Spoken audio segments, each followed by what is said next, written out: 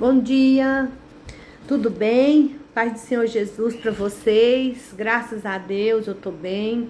Espero que vocês também estejam bem, amém? Vamos começar o nosso estudo hoje do capítulo 9 de aos Romanos, né? A carta escrita aos Romanos.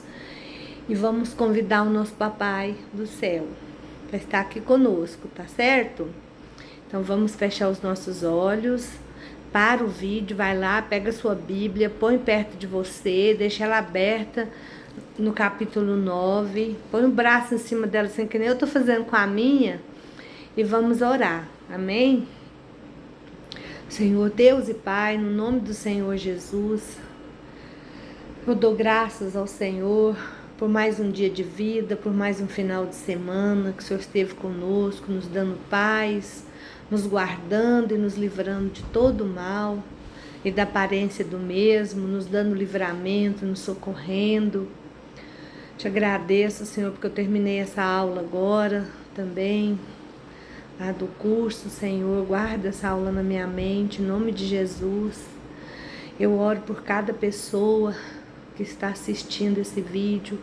Eu oro por cada família representada, por cada cônjuge, Senhor, por cada filho, por cada neto, Senhor. Toca agora, Papai do céu.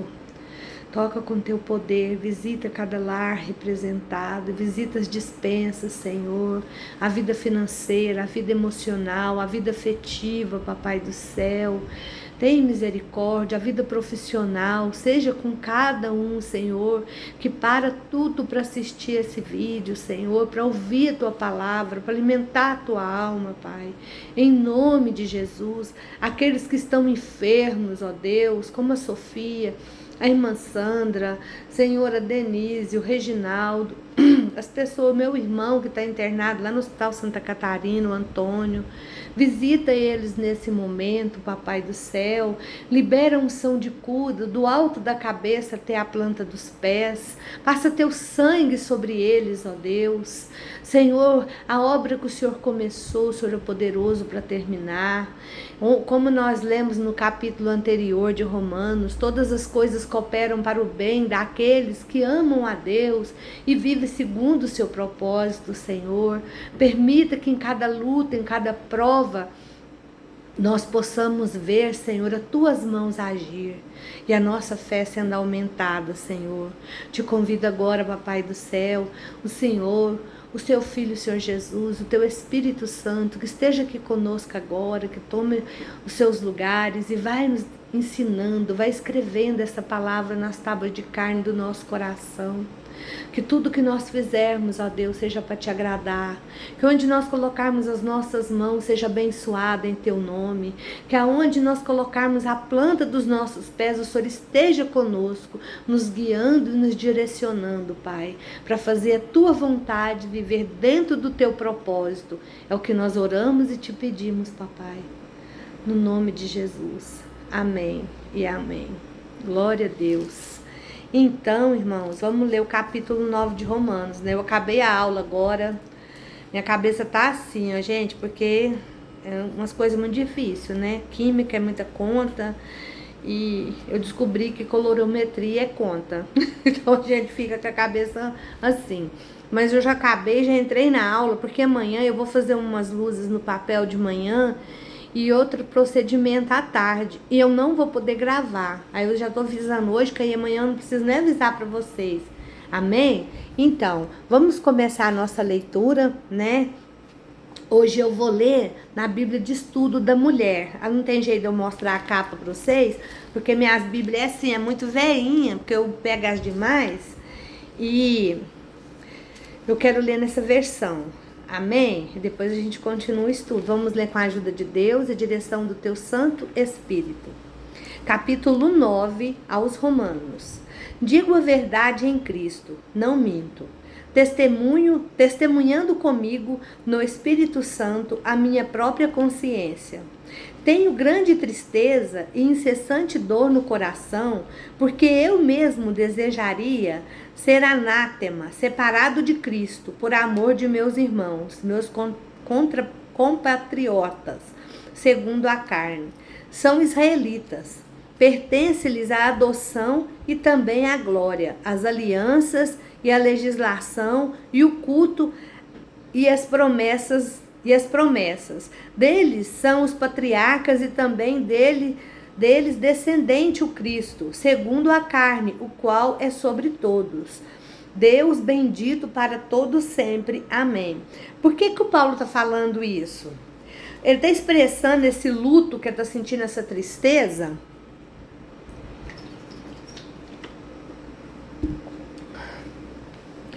pelo fato de que a maior parte dos judeus está alienada de Deus. Eles acham que está fazendo a vontade de Deus e não está. Eles estão fazendo as regras, porque assim, o Senhor deu as regras, as leis, lá em Levítico. Aí o que eles fizeram? Daquelas leis eles tirou outras leis. E foi fazendo, e agora eles eles estão mais interessados em guardar aquelas leis do que servir o Senhor, aceitar o Senhor Jesus como único e suficiente Salvador. Então Paulo gostaria que ele próprio fosse considerado anátema, quer dizer maldito, e entregue para destruição em lugar dos irmãos dele. Por quê? Porque os irmãos deles não aceitam o Senhor Jesus. Embora a missão de Paulo fosse falar primeiramente aos gentis, ele nunca deixou de demonstrar sua preocupação com seus irmãos segundo a carne, ou seja, seus colegas judeus. Paulo menciona algumas vantagens gozadas pelos judeus no tocante ao relacionamento deles com Deus. Justamente por gozarem desses privilégios, a rejeição do povo judeu a Cristo tornou-se ainda mais trágica. A glória da presença de Deus, as alianças, a lei e as promessas, até mesmo Jesus, o Messias, era judeu. Então, aquele povo estava rejeitando o próprio Cristo, que o Senhor prometeu a vida o tempo inteiro, desde a criação do mundo, ele foi vindo e prometeu. Mas ele estava tão fixado na posição social, nas coisas de achar que eles eram melhor do que os outros, porque eles se julgavam assim, que eles não aceitavam o Senhor Jesus. Eles não aceitavam, né? Aí vamos continuar lendo. E não pensemos, lá no versículo 6, e não pensemos que a palavra de Deus haja falhado, porque nem todos os de Israel são de fato israelitas. Nem por serem descendentes de Abraão são todos seus filhos, mas em Isaque será chamada a tua descendência.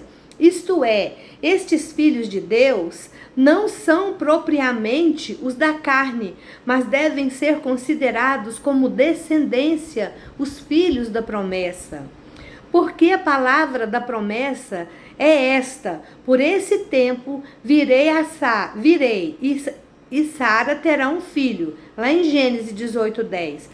E não ela somente, mas também Rebeca, ao conceber de um só, Isaque, nosso pai, e ainda não eram gêmeos nascidos, nem tinham praticado o bem ou o mal, para que o propósito de Deus quanto à eleição prevalecesse. Não por obras, mas por aquele que chama. Já fora dito a ela: o mais velho será servo do mais novo. Então, quer dizer, ontem o pastor Marcos pregou sobre fé lá na igreja. Que fé a gente espera. Se a gente vê o que a gente leu isso aqui anteontem, sexta-feira. Se a gente vê o que a gente está esperando, não é fé. Então a fé é o firme fundamento das coisas que não se veem, mas se espera. Quer dizer, eu oro pela cura da Sofia. A gente está vendo agora o começar a melhorar. Mas a gente crê que Deus tem poder de curar ela. Nós, pela fé, visualizamos ela curada. Amém? Vocês entenderam? Espero que sim. Então, como está escrito, amei Jacó, porém me aborreci de Esaú. Lá em Malaquias 1, versículo 2 e 3. Então, esse pedacinho aí, Paulo identificou os verdadeiros israelitas. Não aqueles que fisicamente descendem de Abraão, mas aqueles que tinham o mesmo tipo de fé que tinha Abraão, entendeu? Os filhos da promessa são os filhos da fé. Se você crê no Senhor Jesus, você é descendente de Abraão, você sabia? Olha só que coisa maravilhosa, que bênção que o Senhor está falando aí para nós. Então nós precisamos crer.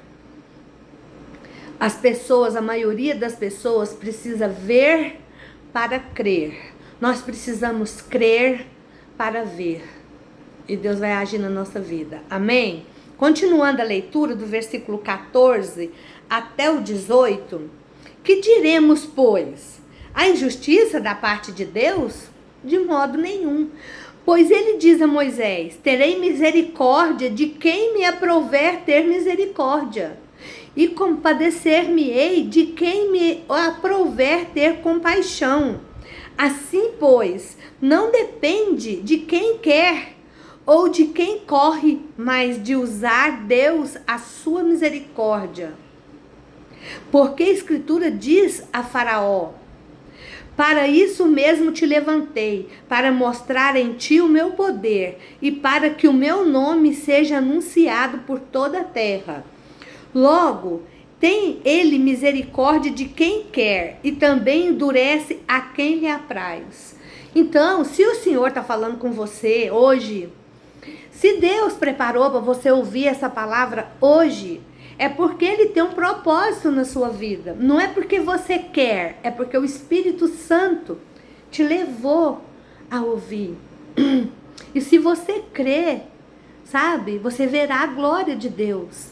Você será chamado descendente de Abraão, por fé, filho da fé. Amém? Então, aí a gente vê que nesse versículo aí do 14 até o 18, vocês viram que eu estou explicando de pedacinho, né? A rejeição de Israel precisa ser entendida sobre a luz da responsabilidade de Israel. Deus rejeitou a Israel porque Israel rejeitou Deus primeiro. Deus endureceu o coração do faraó, apesar de o faraó ter decidido a princípio rejeitar a Deus. Então Deus rejeitou ele e Deus usou aquele homem para mostrar o poder dele. Então Deus levantou o faraó para demonstrar o poder dele, e ainda assim o faraó rejeitou a Deus de todo o seu coração. A gente vê isso lá em Êxodo 8:15. Não deixou que o faraó seguisse seu próprio caminho, endurecendo o coração dele em sua própria descrença, certo? E então, a gente pode ver que Deus agiu ali naquele momento, né? E aí vamos continuar a leitura. Lá no versículo 19, nós vamos ler até o versículo 26, certo? Tu, porém, me dirás, de que se queixa ele ainda? Pois quem jamais resistiu à sua vontade? Quem és tu, ó homem, para discutires com Deus? Porventura pode o objeto perguntar a quem o fez, por que me fizeste assim? Ou tem o oleiro direito sobre a massa para do mesmo barro fazer um vaso para honra e outro para desonra? Que diremos, pois, se Deus, querendo mostrar a tua ira e dar a conhecer o seu poder, suportou com muita longanimidade os vasos de ira, preparados para a perdição, a fim de que também desses a conhecer as riquezas de sua glória, em vasos de misericórdia, que para a glória preparou de antemão, os quais somos nós, a quem também chamou, não só dentre os judeus, mas também dentre os gentis. Assim como também diz em Oséias: chamarei povo meu ao que não era povo meu, e amada o que não era a amada. E no lugar em que se lhe disse: vós não sois meu povo, ali mesmo serão chamados filhos de Deus. Forte, né, gente? Forte, a palavra de Deus é muito forte. Então, vamos ver esse pedacinho. Não espere que Deus responda ao ser humano. Assim como o barro não tem poder nem autoridade para questionar o trabalho do oleiro, e a criatura que fez, vamos supor, aquelas pessoas que fazem artesanatos, que fazem um crochê, o crochê não tem autoridade de perguntar: por que você me fez? Isso aí é um exemplo, vocês estão entendendo? O ser humano não tem o direito de perguntar para Deus por que você está fazendo isso, porque o Senhor, nosso Deus, ele tem um propósito. Nós enxergamos, por exemplo, eu estou aqui na cozinha da minha casa, eu estou enxergando só o que eu estou vendo aqui, ó. Eu não enxergo através da parede, através do muro, do portão, mas nosso Deus enxerga dentro de cada casa e ainda dentro de cada coração. E ele tem um propósito, certo? Ninguém está autorizado a questionar os caminhos de Deus. Em todas as coisas, Deus, como oleiro, preparou vasos tanto para destruição, a fim de revelar sua ira e poder, quanto para a piedade, e assim revelar a sua glória e amor. Deus tem mostrado seu caráter constantemente por meio de Cristo. Gentis e judeus estão incluídos no plano de salvação de Deus.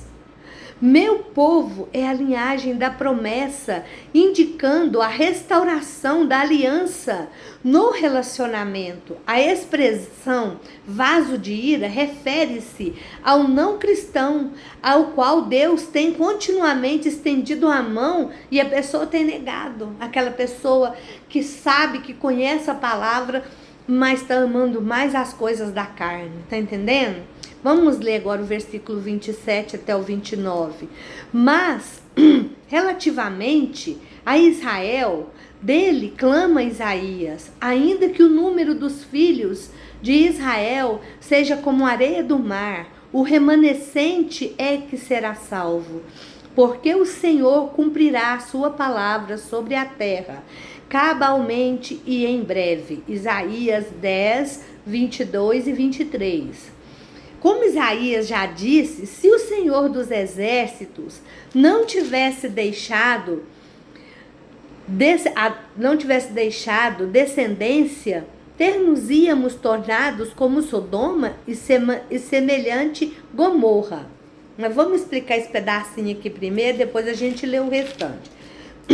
Então, Paulo enfatizou que somente alguns de Israel, os judeus, sabe, seriam salvos. O título Senhor dos Exércitos é utilizado para lembrar a soberania de Deus. Amém? E aí, vamos ler o 30 até o 33. Que diremos, pois? Que os gentis que não buscavam justificação vieram alcançá-la, todavia, a que decore da fé? Tipo assim, o que a gente vai dizer? Que nós, né, que não somos judeus, que não somos descendentes de sangue, né, de Abraão, nós herdamos a justificação por causa da fé, só por causa disso? É por causa disso, não é só, é por causa disso. E Israel, que buscava a lei, a justiça, não chegou a atingir essa lei. Por quê? Ninguém conseguiu guardar a lei, senão só Jesus, que guardou a lei totalmente, que viveu ela totalmente. Por quê? Porque não decorreu da fé, e sim como o que das obras. Tropeçaram na pedra de tropeço. Quem é a pedra de tropeço? O Senhor Jesus. Por quê? Vamos ver. E como está escrito, eis que eu ponho em Sião uma pedra de tropeço e uma rocha de escândalo, e aquele que nela crê não será confundido. Isaías 28, 16. Amém? Então, o que eles fizeram? A pessoa negou o Senhor. Ele negou, ele conhece a palavra de Deus. Ô, gente, a gente vai fazer um trabalho na rua, que é um trabalho de levar lanche para aquelas pessoas que moram na rua, usuário de droga, pessoas que moram, que não tem lugar de morar, vocês sabem, né? Que fica lá na rua, na rodoviária, debaixo dos lugares, sem teto. Então, você vai conversar com eles, a maioria deles conhece a palavra de coalho salteado, você sabia? E eles cantam louvores, têm umas vozes lindas, mas eles rejeitaram a Deus para viver na vontade da carne. Aquele que é do Senhor, nesses trabalhos que acontecem, que a gente faz, e que outras igrejas também faz, eles podem até ser alcançados, se arrepender e voltar atrás. Mas muito deles não quer, eles querem viver dessa forma. É desse tipo que o Senhor está falando, que é pedra de tropeço. Então a gente precisa entender que a gente precisa buscar a presença de Deus. Sabe, se hoje o Senhor está aqui falando com você, porque Ele tem um propósito na sua vida. E o apóstolo Paulo compara os judeus à justiça. A maior preocupação do apóstolo Paulo na falha de Israel, na falha de Israel, é porque, para os judeus, Cristo era uma pedra de tropeço, porque eles persistiam em tentar manter a justiça por meio da observação na lei. Os gentios, ao contrário, aceitaram a justiça de Deus pela fé.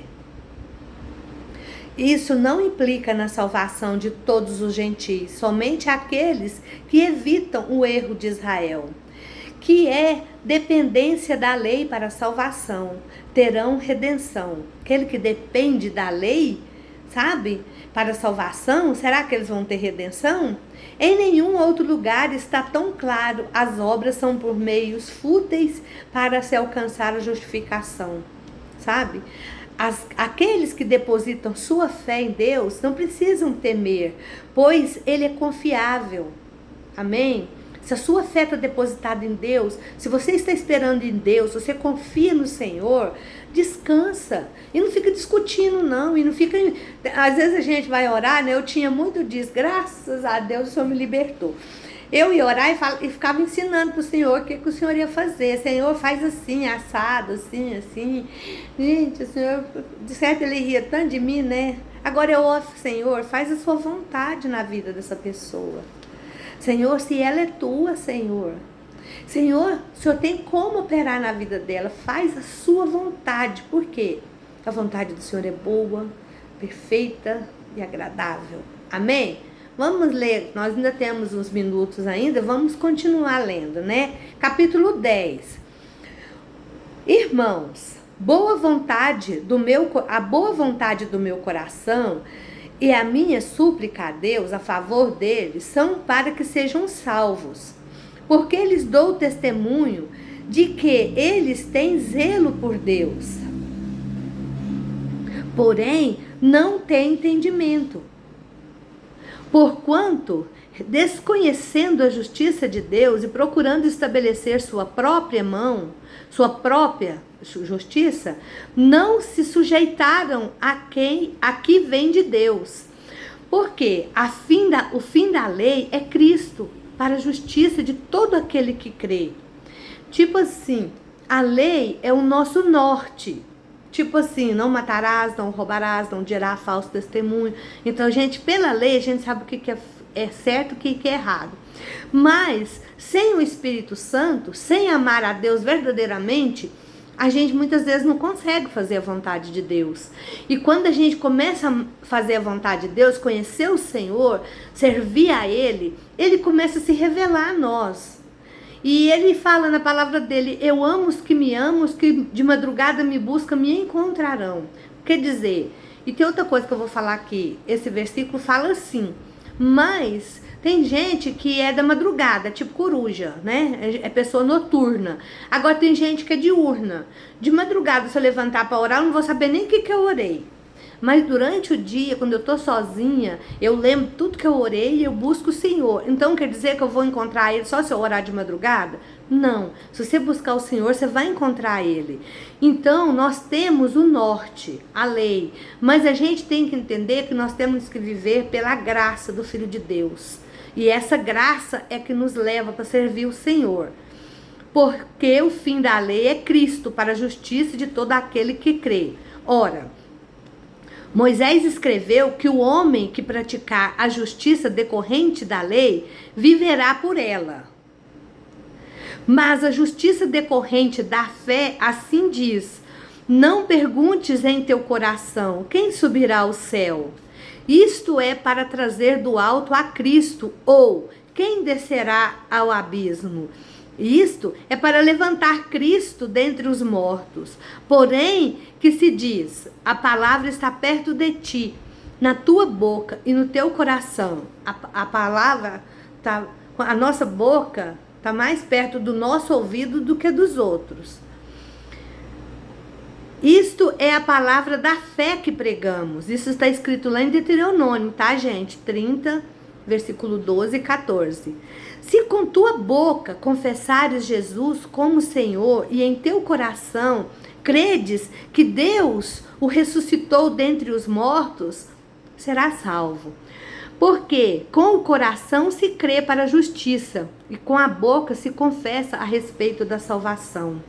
Portanto, a Escritura diz: todo aquele que nele crê não será confundido. Isaías 28:16. Pois não há distinção entre o judeu e o grego, uma vez que o mesmo é o Senhor de todos, rico para com todos os que invocam. Porque todo aquele que invocar o nome do Senhor será salvo. Joel 2:32. Amém? Então vamos falar um pouco dessa partezinha que eu li aí. Todas as pessoas, judeus, gentis, têm a mesma oportunidade de estar diante de Deus. Os judeus falharam a sua procura pelo correto relacionamento com Deus por somente manterem a lei. Paulo declarou que Cristo é o fim ou o objetivo da lei. A lei cumprida em Cristo. Ambos, judeus e gentis, têm iguais direitos de estar diante de Deus pela fé em Cristo. Compare o verso 13 com Joel 2:32. Deus, por intermédio de Cristo, fez tudo para a salvação. Nenhum esforço humano pode salvar ou colocar o ser humano em estado puro diante de Deus. Só o Senhor Jesus pode fazer isso. Amém? Então eu vou marcar aqui. Depois a gente vai começar a ler no 10:14. Amém? E eu oro a Deus que vocês tenham uma boa tarde. Quarta-feira a gente volta, se Deus quiser, em nome de Jesus. Começou o final assim, em dezembro, tá chegando próximo do Natal, e todos vocês sabem que eu sou cabeleireira. Aí tem dias que eu vou ter que não vou poder gravar, porque eu vou estar trabalhando. Mas em coração, em oração, estarei junto com vocês. Amém?